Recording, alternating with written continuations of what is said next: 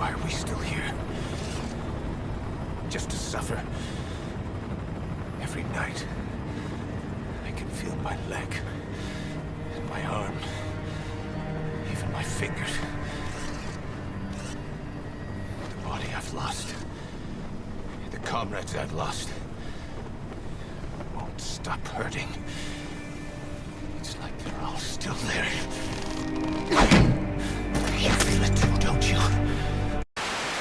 Pikmin is a game about these cute little creatures with leaves on their heads, and the violent, atrocious horrors of war. You play as Captain Olimar, a space FedEx employee who's found himself stranded on a remote planet because his GPS got him on the wrong highway.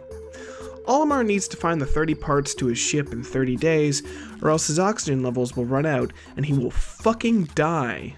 He won't be going through his adventure alone, however. Soon after his dirt nap, he encounters creatures he calls Pikmin, because it kinda sounds like Pokemon, and Olimar has a serious, real mental problem. Pikmin are a bit goofy looking, but they're actually really useful. They can break down walls, carry parts back to the ship, and somehow beat the shit out of anything that tries to eat you. Killing an enemy leaves a carcass, which can be brought back to the Pikmin ship to make more of your primary colored killers, and pretty soon you'll be amassing tons of these guys. Yes, it feels good when Pikmin number get bigger, and I will not apologize for my tone tonight. For fighting, you can use the C-stick to swarm an enemy, but your best option is usually planting yourself in a good spot and finding the right place to throw lads onto the enemy. The thing is, when enemies aren't distracted by the horde of angry vegetables you throw at them, they'll be trying to attack you too. Calling your Pikmin back with your horn and juking out the big bastards is absolutely crucial for avoiding swarms of the little guys being eaten. The problem is, repositioning yourself can be relatively annoying most of the time since your cursor and movement are both tied to the control stick, so you'll be doing a lot of really clumsy stationary aiming. The game really could have benefited from a button to lock the cursor in place, or even some kind of strafing mechanic. Aiming isn't that big of an issue in early levels, but later on you'll be encountering enemies that will have you constantly moving on the fly to prevent a veggie salad. Some enemies can't be hurt by swarming them either, so you'll have to pick up on how to yeet effectively, or you're gonna have a really bad time later on. You got your red Pikmin that resist fire, your yellow Pikmin that can be thrown higher, and blue Pikmin who can breathe underwater if you so desire. Every now and then you'll find them digging up sap that can grow their little leaf into a flower, making them run faster, fight harder, and honestly just look nicer. The boys, unfortunately, don't come without their downsides. They may be aesthetically pleasing to see running in a group, but they are not very smart.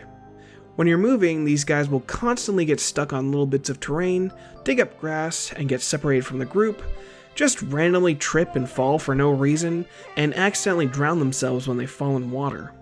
They're also kind of slow, so any of them that you lose from moving a bit too far will be stuck in place. Honestly though, the way I see it, these little guys do all your heavy lifting and are prepared to die for you. The least you can do is be a little patient with them. With every new enemy, you'll have to get a feel for how they work, and that usually means losing tons of your boys in the process. While combat is a thing you'll have to deal with to clear a secure route to the ship, planning out your day and what tasks you want to accomplish are important, since you've only got 30 days. You'll be putting Pikmin on different jobs while trying to cover more of the map and trying to figure out what route you need to take next. If there's one thing this game absolutely nails, it's the atmosphere of its environments. This tiny perspective just makes everything feel so big in comparison to you, and the game really complements this feeling of smallness with vast open areas to explore. In the Forest of Hope, you'll find yourself taking in all these strange foliage and plant life as you traverse the map, and the music feels pretty calm and serene. Then, when you actually run into something more sinister, there's this rumbling drum beat that picks up with the music that makes it something a bit more menacing, maybe even primal. When your day is ending, you'll want to round up any of the stray Pikmin that you left on the map, as any remaining will be left behind to be eaten at night. Losing your Pikmin sucks, but watching the scene over and over because your dumbass forgot to pick them up before takeoff is, well, it's not a good feeling. I mean, sure, sometimes it's only one little guy you're leaving behind out of your army that's got hundreds of Pikmin. I always found the scene never got easier to watch. It's unskippable. It's like Nintendo actually wanted you to know exactly what your actions caused, so that there's a little bit of a moral obligation to making sure everyone makes it out at the end of the day. It all just kind of feels heavier than your average Nintendo game, you know? Olimar himself will actually lament the actions he takes, commenting on the losses of the day. Pikmin also have a handful of neat environmental puzzles and obstacles you'll have to clear out in order to get parts, and while figuring out the solution to most of these was fun, I never really found myself thinking too hard. There are some tricky hurdles to figure out and clear by the end of the game for sure, but it feels like these little challenges could have lent themselves to more intricate solutions. Oh yeah, and picking Pikmin gets pretty damn repetitive. When you've got a bunch of seeds around the ship, you have to constantly keep pressing A to keep picking them out of the ground, which gets pretty annoying after your 400th time doing it. I think it's fair to say that Pikmin isn't a game for everyone. Its combat is unwieldy, and it does feel as though it could benefit from some polish. It's cute, and yet the cute things that help you die in the hundreds, sometimes even the thousands if you really suck ass. It has these really interesting locations that it wants to immerse you in, and yet the game encourages you to run through them and finish them as quickly as you possibly can. But I think there's something to be said about the originality of it all.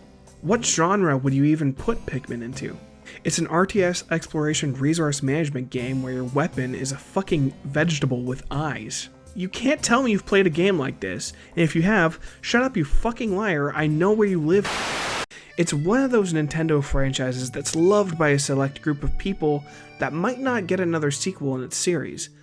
But unlike other franchises like F-Zero or Earthbound that have inspired several different games like them, nothing really quite feels like Pikmin. The explore and amass gameplay, the feel of the world, the strangely mature circle of life, the iconic character designs, all of it comes to make Pikmin an adventure that you just can't really get anywhere else. And while I found myself getting annoyed with movement at times, as a whole, Pikmin was a pretty enjoyable experience. The game can certainly show its age, but I think generally speaking the enemy designs are simplistic enough that they hold up pretty well today. Especially for a game that's... holy shit. How is this game 20 years old? So yeah, while Pikmin isn't a masterpiece, I think it's worth playing, if only for how unique and different it is. Who knows? Maybe this game will scratch a particular itch you didn't even know you had going into it. I'm Kaznarious. Later, everybody. 引っこ抜かれて集まって飛ばされてでも私たち愛してくれとは言わないよ